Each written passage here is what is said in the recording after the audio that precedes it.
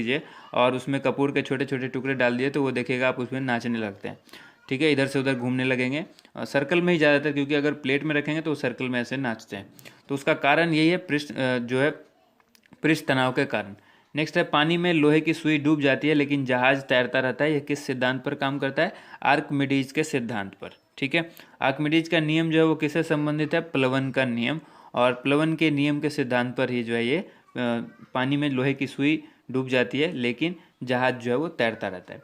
Next है, गुरुत्वाकर्षण के सार्वभौमिक नियम का प्रतिपादन किसने किया? तो ये किया था न्यूटन ने। और कौन सा 1 kg द्रव्यमान के पिंड पर कार्यशील पृथ्वी के गुरुत्वाबल के समान है? ठीक है, तो जो गुरुत्वाबल का जो सही मान है वो है 9.8 न्यूटन।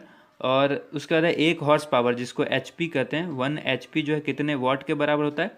तो ये होता है 746 वाट के बराबर, 746 वाट के बराबर। अगला प्रश्न है, एक गेंद को क्षैतिज से कितने कोण पर फेंके कि यह अधिकतम क्षैतिज दूरी तय कर सके? तो 45 डिग्री। किसी गेंद को अगर आप 45 डिग्री के एंगल पर अगर आप फेंकते हैं, ठीक है, जैसे ये इस तरह 90 डिग्री बनता है, अगर इसके 45 डिग्री के साथ आप किसी गेंद को फेंकेंगे तो वो मैक्सिमम जो है डिस्टेंस तय करेगा। नेक्स्ट, किसने न्यूटन से पूर्व भी बता दिया था कि वो सभी वस्तुएं पृथ्वी की ओर गुरुत्वाकर्षित होती हैं? ब्रह्मगुप्त। ठीक है, नेक्स्ट है, क्रिकेट की गेंद को किस कोण से मारा जाना चाहिए ताकि वो अधिकतम दूरी तक जा सके? तो वो क्षैतिज से 45 डिग्री का कोण। देखिए, वीडियो में आपको अगर प्रश्न छोटे दिख रहे हैं फ़ॉन्ट, तो प्लीज़ आप वीडियो को फुल स्क्रीन करके देखिए, थोड़ा सा बड़ा दिखेगा आपको, क्योंकि मैं यहाँ पे जूम करूँगा तो यहाँ पे आंसर्स नहीं दिख पाएंगे। तो ठीक है, तो इसलिए मैंने ये वीडियो जो है, इस वीडियो में थोड़ी सी प्रॉब्लम हुई है मुझे, जब कंटेंट क्रिएट किया है तो इसमें थोड़ी सी दिक्कत हुई है, फ़ॉन्ट साइज़ बड़ा नहीं हो पाया। और उसके बाद यहाँ पर आपको अगला जो प्रश्न है वो यहाँ पर देखिएगा, ऊष्मा एक प्रकार की ऊर्जा है जिसे कार्य में बदला जा सकता है। इसका प्रत्यक्ष प्रमाण सबसे पहले किसने दिया था? रमफोर्ड ने। नेक्स्ट है, किस वैज्ञानिक ने सर्वप्रथम बर्फ के 2 टुकड़ों को आपस में घिसकर पिघला दिया? तो ये डेवी। नेक्स्ट है, वाष्प इंजन में उबलते हुए जल का तापमान किस कारण से उच्च हो सकता है? बॉयलर के अंदर उच्च दाब होता है, इसकी वजह से। नेक्स्ट है, ताप युग्म तापमापी जो है थर्मोकपल थर्मोमीटर किस सिद्धांत पर आधारित है? तो यह है सीबेक के प्रभाव पर। नेक्स्ट है, पूर्ण विकिरण उत्तापमापी, ठीक है, टोटल रेडिएशन पायरोमीटर, ये जो है किस सिद्धांत पर आधारित है? यह है स्टीफन के नियम पर। नेक्स्ट है, दूर की वस्तुओं जैसे सूर्य आदि का ताप किस तापमापी के द्वारा मापा जाता है? पूर्ण विकिरण उत्तापमापी द्वारा। ठीक है, नेक्स्ट है, कितना तापमान होने पर पाठ्यांक जो है वो सेल्सियस और फ़ारेनहाइट तापमापियों में एक ही होंगे? तो ये है -40 डिग्री। आपसे सिंपल सवाल ये भी पूछा जा सकता है कि ऐसा कौन सा टेम्परेचर है जो सेल्सियस और फ़ारेनहाइट में समान होता है? तो वो है -40 डिग्री। ठीक है, नेक्स्ट है, सेल्सियस पैमाने पर 0 degree Fahrenheit 0 degree C Fahrenheit scale के कितने डिग्री के बराबर है? आपसे सवाल पूछा जा रहा है कि 0 डिग्री सी जो है वो डिग्री एफ में कितने के बराबर होता है? ठीक है, तो ये आपका जो है, जो इसका सही जवाब हो वो होगा 32 डिग्री एफ के बराबर होता है। नेक्स्ट है, मानव शरीर का तापमान जो है 98.6 डिग्री फ़ारेनहाइट होता है, तो सेल्सियस स्केल पर यह कितना है? तो ये है 37 डिग्री सेल्सियस। ठीक है, नेक्स्ट है, अति लघु समय अंतरालों को सही सही मापने के लिए किसका प्रयोग किया जाता है? तो ये क्या जाता है? परमाणु घड़ियाँ का।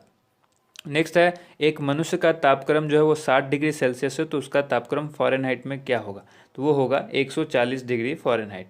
ज़्यादातर जो टेम्परेचर नापा जाता है वो फ़ारेनहाइट में ही मापा जाता है थर्मोमीटर के अंदर। सेल्सियस में बहुत कम लोग मापते हैं और बहुत ही कम ऐसे थर्मोमीटर होंगे। अब आजकल डिजिटल आ चुका है थर्मोमीटर, तो उसमें दोनों ही टेम्परेचर मापने का जो है फैसिलिटी होती है। हालांकि सेल्सियस में भी पहले वाले थर्मोमीटर में भी है, लेकिन जब बताया जाता है कि बुखार कितना है, जैसे किसी को कहते हैं ना कि 99 है या 100 है, तो वो फ़ारेनहाइट होता है। ठीक है, नेक्स्ट देख लेते हैं हम लोग यहाँ पर कि नेक्स्ट जो क्वेश्चन है कि पानी का घनत्व किस ताप पर अधिकतम होता है? तो होता है 4 डिग्री सेल्सियस पर। नेक्स्ट क्वेश्चन है, साइकिल के ट्यूब अधिकांशतः गर्मियों में फट जाते हैं, तो ये क्यों फटते हैं? गर्मियों के टाइम पर जो है जब नॉर्मल टेम्परेचर होता है तो एयर के जो मॉलिक्यूल्स होते हैं वो आपस में सटे होते हैं। ठीक है, अब जब गर्मी का सीज़न होता है तो उस समय टेम्परेचर जो है वो काफ़ी ज़्यादा होता है, तो जो ये मॉलिक्यूल्स हैं एयर के, ये काफ़ी हट जाते हैं आपस से, और जब हटते हैं तो एयर जो है वो काफ़ी इंक्रीज़ हो जाती है। तो एयर लेवल जब इंक्रीज़ होगा तो ऑटोमेटिकली जो है वो फट जाएगा टायर। तो इसीलिए अक्सर जो है गर्मी के टाइम में कहा जाता है कि आप कम हवा रखें, ताकि वो एयर मॉलिक्यूल टेम्परेचर के बाद, जैसे टेम्परेचर बढ़ता है तो एयर मॉलिक्यूल जो है वो आपस से सटे हुए नहीं होकर के हट जाते हैं, तो इसलिए ऑटोमेटिकली वो आपकी जगह बना लेते हैं। इसलिए कम हवा देने की सलाह की जाती है साइकिल के ट्यूब में गर्मियों के सीज़न में। ठीक है, नेक्स्ट क्वेश्चन है, किसी झील की सतह का पानी बस जमने ही वाला है, झील के अधः स्थल में जल का तापमान क्या होगा? तो ये होगा 4 डिग्री सेल्सियस। ठीक है, नेक्स्ट है ऊष्मा के संचरण की किस विधि में पदार्थ के अणु एक स्थान से दूसरे स्थान तक स्वयं नहीं जाते, तो ये चालन में।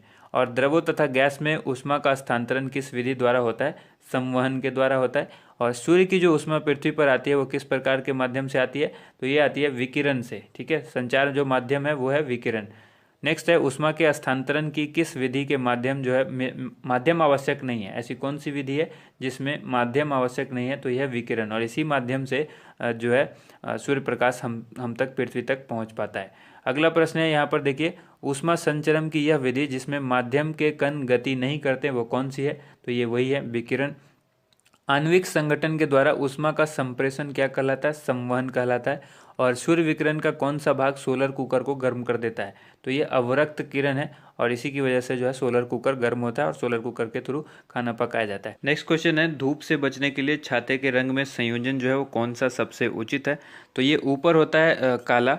ठीक है, जैसे ये छाता है तो ऊपर जो है उसका जो काला रंग होता है और जो अंदर की तरफ होता है वो होता है सफ़ेद। ठीक है, नेक्स्ट है किस विधि से ऊष्मा स्थानांतरण को न्यूनतम करने के लिए थर्मस फ्लास्क की दीवारों पर कलाई की जाती है, तो यह विकिरण। और किस में सर्वोच्च विशिष्ट ऊष्मा का मान होता है, तो ये होता है जल। शुद्ध पदार्थ में कोई अन्य पदार्थ मिला देने पर उसके गल